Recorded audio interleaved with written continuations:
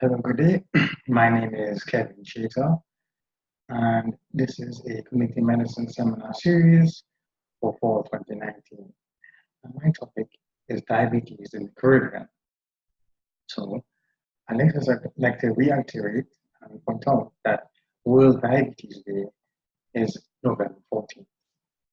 So now let's get into my topic of why diabetes is of public health significance.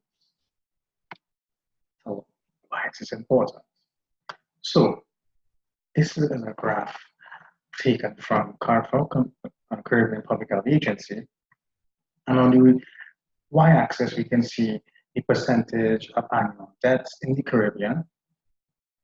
And on the x-axis, from 2000, the year 2000 to the year 2016, and in the green, non-communicable diseases. So non-communicable diseases have been the leading cause of death in the Caribbean and accounts for 3/4 or almost 73% of deaths from the years 2000 to 2016. And we can see that in the green here, taken from all or most of the English-speaking and the Dutch-speaking Caribbean. Also, from another graph from Caribbean Public Health Agency, we can see here on the left-hand side the percentage leading causes of deaths. Yeah. And on the right, the percentages of reporting CARPHO member states. And again, we're using the year 2000 to 2016. The top 3 causes of deaths in the entire Caribbean ranges from number 1, which is cerebrovascular disease, diabetes, which is my topic today, and ischemic heart disease. As you can see, it's in the top 3 leading causes of death in the Caribbean between 2000 and 2016. This is obviously a threat to the health and the socio-economic development of this region. This is just an explanation of the CARPHO member states, which are including the CARICOM members as well as the Dutch Caribbean and associate members. So now, let's move a little bit more. Now that we talked about the actual public health significance of this topic, let's talk about diabetes itself. What does it mean? So what's the first thing we think about when we think about diabetes? So for some people, that might be associated with the words insulin, the glucose level, the pancreas, type 2, insulin resistance. The list is endless as we see. So let's talk more about or clarify some of the things about diabetes. So what is diabetes? So let's talk about normal first of all, or even what is diabetes. On the left, we can see that diabetes, as we know, is confusing. But we know that diabetes has to involve higher than normal blood sugar readings. But why are the different names and treatments? Because there's actually many different types. There is 1, 2, which I'm going to talk about mostly today, and gestational health. So let's talk first of all, since this is an abnormal process, let's talk about the normal body on the left-hand side here of this image. So the normal, usually we have this organ at the back of our stomach called the pancreas. And the pancreas produces hormones called insulin. And we can see that depicted in the green here. And the insulin and the pancreas basically control glucose or sugar levels, which is depicted in blue. And this interaction controls how much sugar we can enters into our body, essentially. In a diabetic, this ratio is far less decreased, depending on the cause. As we can see, there's 3 different causes, essentially. But in essence, it always leads to decreased levels of insulin and increased levels of glucose in the blood, which then leads to abnormal levels in the blood and unable to control our blood glucose levels. Type 1, usually when the body attacks itself by autoimmune behavior. Type 2, which is important, the main focus of our topic today, is characterized by high blood sugars in the bloodstream and the inability to use insulin properly, which is our home. And most of our treatment options are usually diet and exercise and some medication. Gestational is usually when diabetes occurs in pregnancy. So now we've talked about a little bit about the reasons of what is happening in diabetes. Let's talk about some of the signs and symptoms that some people might display. So things like increased thirst, increased hunger, weight loss, and this weight loss can be unintentional, increased fatigue and exhaustion, increased urinary frequency or going to the bathroom, and unexplained infections. So then I have all of these symptoms. I have to now go to a physician who will probably diagnose me with this disorder. So how do I diagnose? How do physicians diagnose? And there are 3 blood tests on how we can do that. And these are the 3 blood tests in this table of diagnosing diabetes. So the 3 blood tests here are the HbA1c, which is a percentage, and a lot of people might already know about this. Fasting plasma glucose, and this is another blood test that is done during fasting or when somebody hasn't eaten for a long period of time. And then the oral glucose tolerance test, or OGTT. And that's usually, again, another blood test where we give a patient a certain amount of sugar to drink. And then we take a blood sample of testing their blood sugar. So what's normal, and the normal values are shown below. So for the HbA1c, we can see it's about 5%. If it's 6 or 5 and above, that's diabetes. And this, as we say, this HbA1c is usually an indicator of our blood sugar levels for a span of 3 months. What my blood sugar levels were in the last 3 months is what HbA1c can tell me. Fasting plasma glucose, again, is another type of blood sample that we could use to check the blood sugar levels at fasting. 99 and below is normal, and 126 and above is diabetes. Anything in between is pre-diabetes, and we could still treat that with diet and exercise, which we will talk about in the future of this presentation.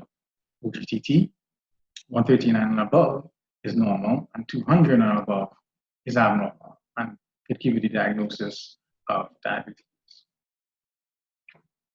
So let's talk about who is at risk now that we've talked about how do we diagnose it. How do I know whether I'm at increased risk and whether I should look out for this more in the Caribbean? So some of the increased risky things that we can do, or risk factors, is things like unhealthy eating. So what is unhealthy eating? Things like food and drink in high carbohydrates or sugars or in fats. Lack of exercise, and that's going to mean things like minimal physical activity on a daily basis. Being overweight, so that can mean things like a high BMI, or also known as a body mass index, which is what a health professional would calculate, or you can yourself can calculate based on your height and your weight. And you can use this in conjunction with your waist circumference, because BMI doesn't necessarily, if you have a high BMI, doesn't necessarily always mean that you are overweight. You have to use BMI in conjunction with waist circumference. And lastly, another risk factor is family history. So in the Caribbean, people with a first-degree relative has a higher risk of diabetes, and specific ethnicities. So people of Asian descent, so whether it's Indians or Chinese or any South Asian or East Asian descents, and even of African descent are increased at risk. And that's a lot of the population of the Caribbean, as we know. So then how can we prevent this? So there's 4 main ways in which we can do this. Number 1, in red, we can avoid a sedentary lifestyle and regular exercise. Number 2, which is my main focus of prevention today, is going to be diet, which is eating a variety of healthy foods, not including junk food, eating more fruits and vegetables. Number 3, stopping bad vices. Reduce the amount of alcohol and and stop smoking. No smoking is recommended from physicians. And seek help at your primary healthcare centers and control and check your blood sugars. So again, to reiterate, diabetes 101 prevention. So in the top right-hand corner, left-hand corner, sorry, I apologize, left-hand corner, monitor and lower your blood pressure and cholesterol levels, which is controlling diet. Managing your weight and BMI, which could be controlled with diet. Eat a healthy diet, quit smoking, and increase your levels of exercise. So a lot of people are going to say that I don't have time for exercise. So what's recommended is that 30 minutes a day, 5 days a week is recommended. And that 30 minutes a day does not have to be in one go. It could be split into 3 and have 10 intervals. So in the morning when you wake up, you can have 10 minutes of moderate intensity exercise, just enough to get that heart pumping. In the middle of the day, I could get another 10 minutes. And at the end of the day, I could get another 10 minutes. And I get my quota of 30 minutes in a day. And that's recommended. And that could at least reduce your chances of developing diabetes. So let's focus more on diet as well, now that I've talked about exercise. So let's talk about foods in the craving specifically. So a healthy diet compromises food from 6 craving food groups. Staples like bread, dashings or provisions, rice, legumes like nuts and beans, peas, fruits like oranges and bananas, green leafy vegetables like bhaji or dashing bush, and food from animals like chicken, fish, milk, cheese, and then fats. And all meals are built around 4 of those groups. So now that we understand, now that I've talked about some of what our food has, let's talk about portion size. So we can see here on our plate, we should be having about 50% of our plate should be comprising vegetables. About a quarter of our plate should be proteins in any form, and the other quarter should be starches. And that could be like rice, ground provisions, legumes. And now, how to portion size this? We could use the palm of our hand, like this. That's going to be a portion size for proteins. Carbohydrates like rice, potatoes, pastas, use of this sort of size on the portion of our plate. And vegetables and carbohydrates should be about 1 cup, and there's about a fist. This also, the 6 food groups daily shows us even some percentages of how much we should have in our diet daily. 30% vegetables, 15 fruits, 33 for staples, 4 for nuts, and 13 for animals. So how are we going to manage this now if we do develop diabetes? So we would have to use something called TRACK, which will be to take your medications as prescribed by your doctor. Because we didn't talk about other methods of treating diabetes, but basically to treat diabetes will be diet and exercise, and if those don't work, we would incorporate medications like tablets and even insulin. R, which was to reach a healthy weight. A, to add more physical activity to your daily routine. C, to control your ABCs, which is your HbA1c, A1c for that percentage blood test, your blood pressure, and your cholesterol levels. And all these in conjunction would control your body weight and your risk of heart disease and diabetes, and kick the habit of smoking. Because I can't reiterate that smoking is very dangerous for your health, and there's no recommended amount of cigarettes to intake. And that was it for my presentation. So if you have any questions, please feel free to ask. These are my references. Thank you very much for listening.